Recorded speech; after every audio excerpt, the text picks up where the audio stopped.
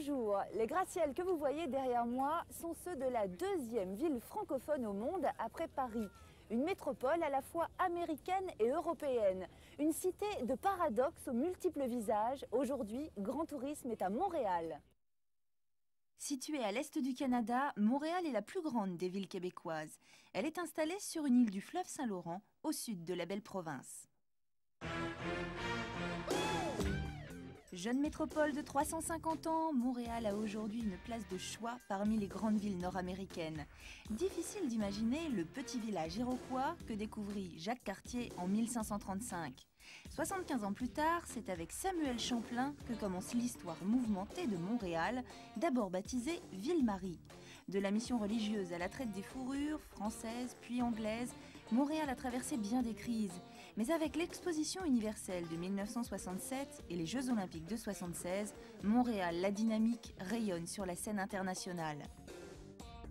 Nous sommes en haut de la tour du stade olympique de Montréal. C'est un funiculaire qui nous emmène jusqu'ici, 190 mètres gravis en moins de 3 minutes. Depuis 1976, les sportifs sont moins nombreux que les masses de curieux qui viennent ici pour découvrir le point de vue exceptionnel que l'on a depuis l'observatoire. Comme dans toute métropole nord-américaine qui se respecte, le centre-ville est investi par les gratte-ciel. Ultramodernes ou plus anciens, ils forment une gigantesque forêt de pierre et d'acier avec des jeux de lumière et de reflets qui ne laissent pas indifférents.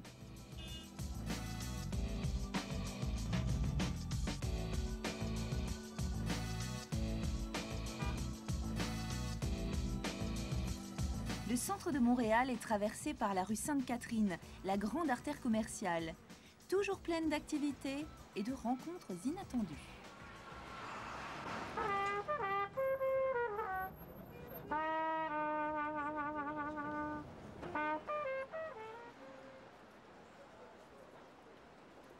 C'est ici que l'on peut accéder à la ville souterraine qui relie immeubles, transports et boutiques et qui facilite grandement la vie des Montréalais pendant le froid hivernal.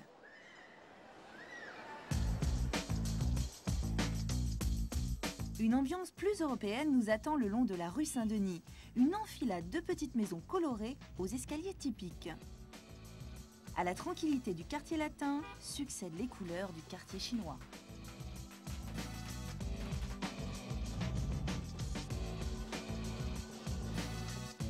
La métropole change encore de visage près de l'hôtel de ville qui domine le cœur historique, le vieux Montréal. Entre les vieilles maisons, les rues sont encore pavées et c'est en calèche que l'on peut partir découvrir les bords du Saint-Laurent tout proche.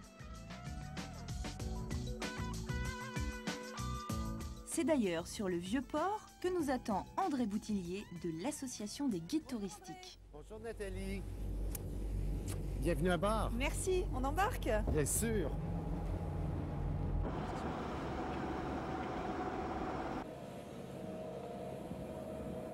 Sur quel type de bateau nous sommes là, André? On appelle ça des bateaux navettes, Nathalie. C'est des bateaux pour promener les touristes? Non, c'est beaucoup plus, excuse-moi, pour transporter les passagers qui veulent venir faire surtout des activités dans le Vieux-Port de Montréal, entre autres la bicyclette. Donc il est utilisé par les Montréalais? Les Montréalais, les gens des environs. Donc ils embarquent leur vélo et ils vont sur les îles? Ils embarquent sur le vélo, ils vont sur les îles ou ils vont dans le Vieux-Port où ils peuvent aller rejoindre plus de 200 km de pistes cyclables par après.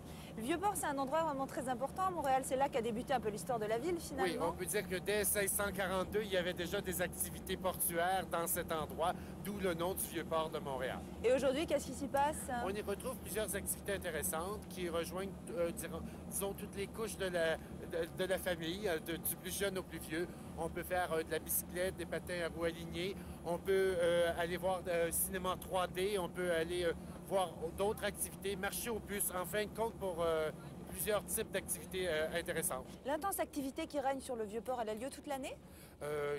Au niveau des activités portuaires elles-mêmes, je veux dire, c'est beaucoup plus en été, c'est certain, mais il y a encore de l'activité portuaire en hiver parce que le port n'est pas fermé durant l'hiver.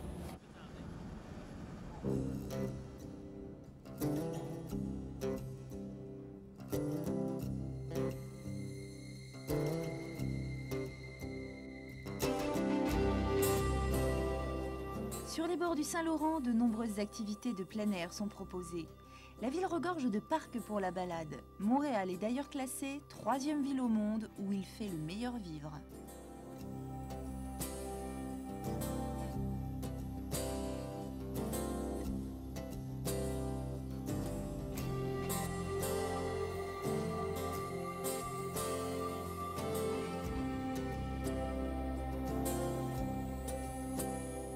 C'est à une centaine de kilomètres au nord de Montréal, dans la région des Laurentides, qu'il faut aller découvrir le Festival des couleurs et l'été indien.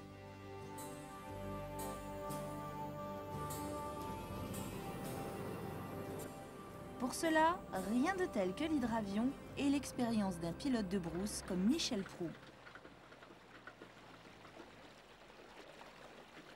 C'est vraiment superbe ce vol, il y a des forêts à perte de vue ici. Oui, les Laurentides, c'est un petit peu un pays de lacs, de forêts, de montagnes. C'est une contrée sauvage qui a été disons, habitée là, par les gens lorsqu'ils ont commencé à exploiter le bois puis les coupes forestières, la trappe, la chasse. Il y a combien de lacs à peu près?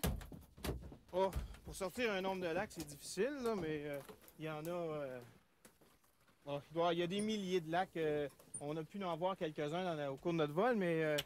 si on va un peu plus loin, on peut voir que si on regarde entre les montagnes, il y a des ruisseaux, il y a des rivières, c'est des lacs partout. C'est pour ça que l'hydravion est le moyen de locomotion L'avantage le de plus l'hydravion, approprié ici. l'avantage de l'hydravion, c'est qu'on atterrit presque partout. On n'a pas besoin des mers immenses. Ici, le lac est très grand. Par contre, on peut atterrir sur des lacs qui sont beaucoup plus petits. Et justement, vous, Michel, vous emmenez donc les gens découvrir les Laurentides en hydravion. Vous le faites toute l'année? Oui, on le fait toute l'année. On le fait particulièrement à ce temps-ci parce que les couleurs sont absolument superbes. L'automne est arrivé. On le fait aussi l'hiver sur ski. On remplace les pontons ou les flotteurs par des skis. Et puis on fait exactement la même chose sur vol. On fait aussi nous, on est transporteurs aériens aussi, donc on fait beaucoup de compagnies, disons les compagnies forestières qui font de l'exploitation, aussi les chasseurs, les pêcheurs.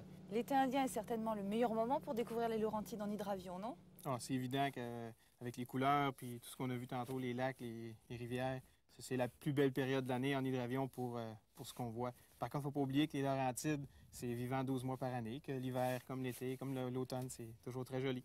Merci Michel. Plaisir. Et dans cette nature généreuse et sauvage, il y a des hôtels installés sur le bord des lacs. Pas besoin de faire des kilomètres pour les trouver. Ils sont juste au bout des pontons. Donc vous arrivez en hydravion, vous vous posez et vous allez tout de suite voir votre hôtel, comme nous allons d'ailleurs le faire maintenant.